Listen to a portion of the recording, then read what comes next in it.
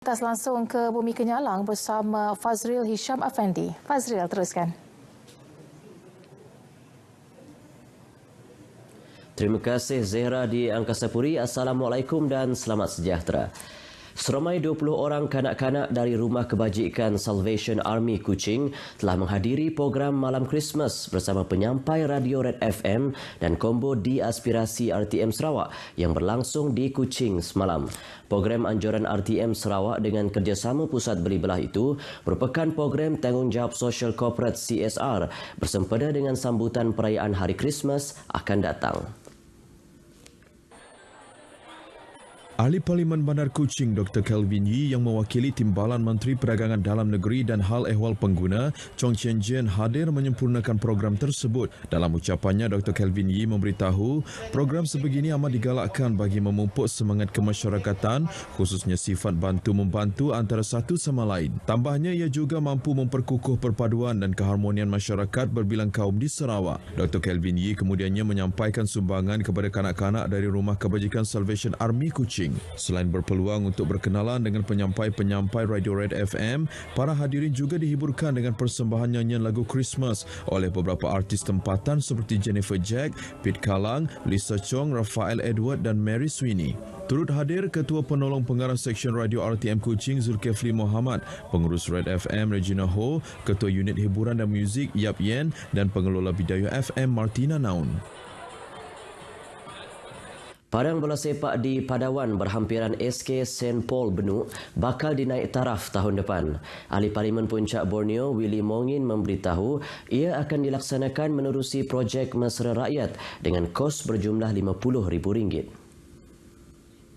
Dan juga kepada seluruh Inisiatif tersebut bagi memberi kemudahan kepada penduduk sekitar Kampung Benuk untuk menjalankan aktiviti riadah dan memenuhi kehendak golongan belia terutamanya yang aktif bersukan. Willy memberitahu demikian semasa majlis perasmian penutupan pertandingan bola sepak 9 sebelah bila belia Kampung Benuk di Padang bola sepak berampiran SK St. Paul Benuk.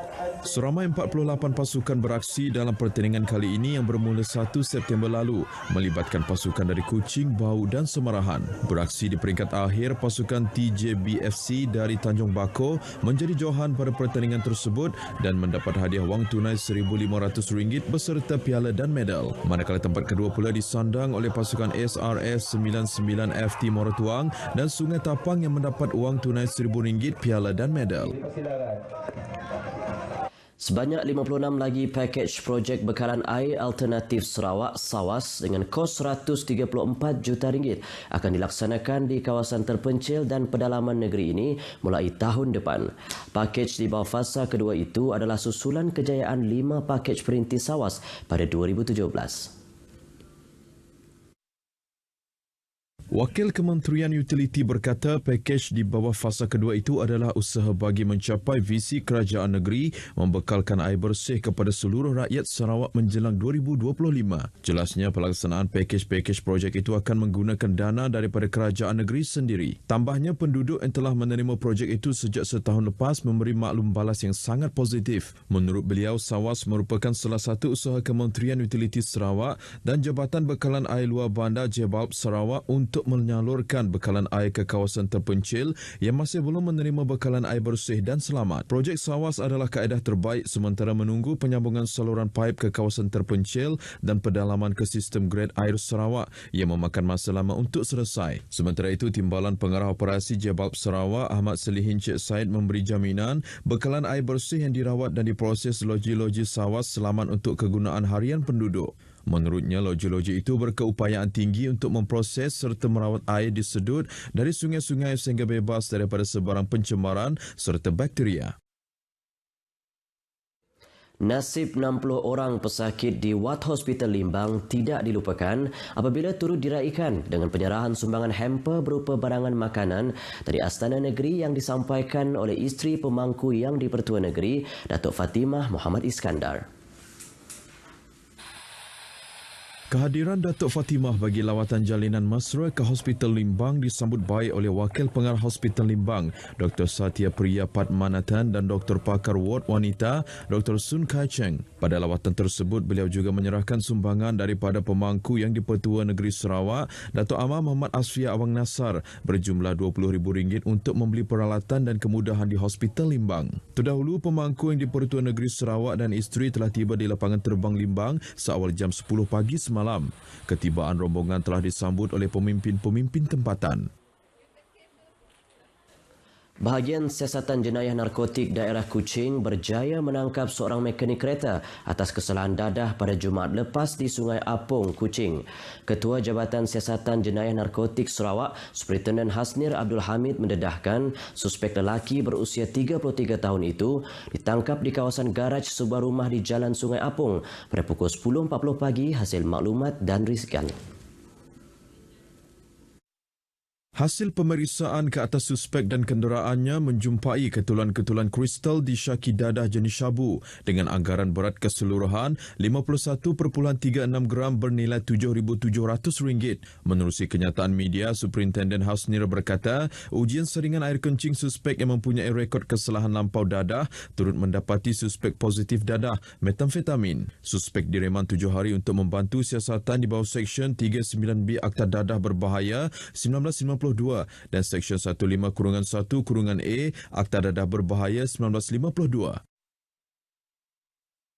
Belia terus diseru untuk libatkan diri dalam bidang keusahawanan sebagai alternatif untuk menambah pendapatan.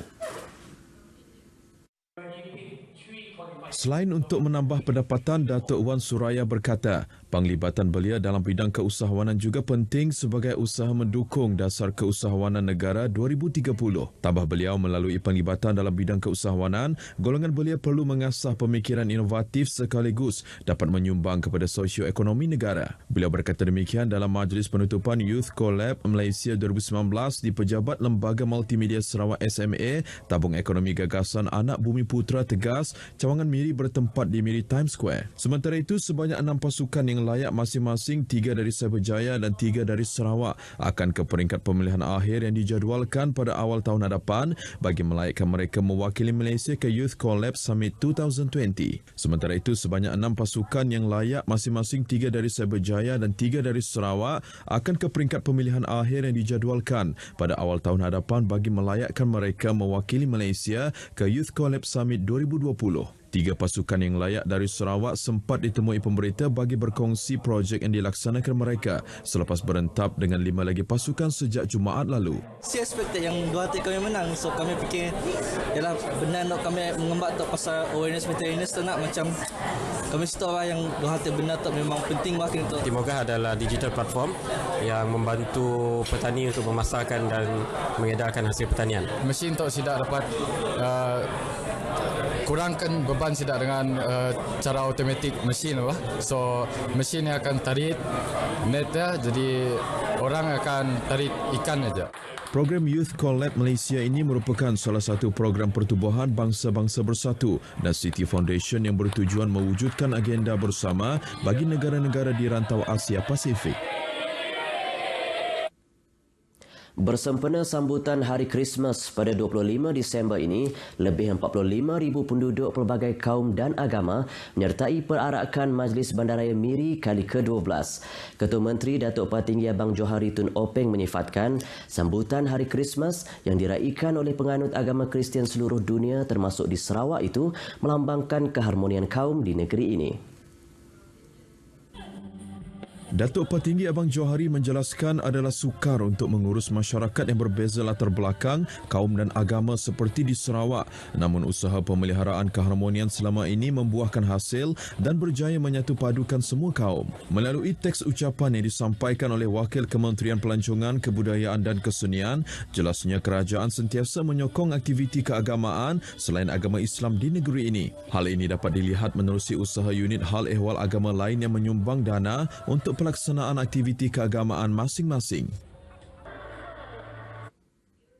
Acara Santa Run 2019 yang memasuki tahun ke-7 penganjurannya semakin mendapat sambutan yang menggalakkan.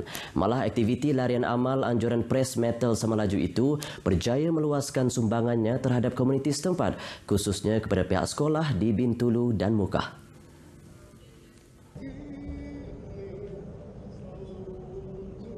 Seramai 1,280 peserta menyertai larian tahunan sempena perayaan Hari Krismas tersebut dengan jumlah kutipan lebih RM218,000 dan merupakan catatan tertinggi setakat ini. Demikian jelas pengurus besar syarikat penganjur acara itu, Chua Wei Kiong, kepada pihak media selepas tamat acara tersebut di kawasan Taman Perindustrian Samalaju. The reason why we carry out this charity is actually to promote the healthier lifestyle, work-life balance, work-life, as well as contribute back to the communities. Kutipan hasil acara tersebut telah diserahkan kepada Pejabat Pendidikan Daerah Bintulu, Sekolah Kebangsaan Tanjung Batu Bintulu, SK Parish Balingian dan SMK St. Patrick Mukah. Masing-masing menerima sumbangan berjumlah kira-kira RM54,710 yang disampaikan oleh Chua Wei Kiong mewakili syarikat berkenaan. Mewakili penerima yang lain, Guru Besar SK Tanjung Batu, Cikgu Togang Sedin melahirkan penghargaan atas sumbangan tersebut khusus untuk pembangunan pendidikan komuniti setempat.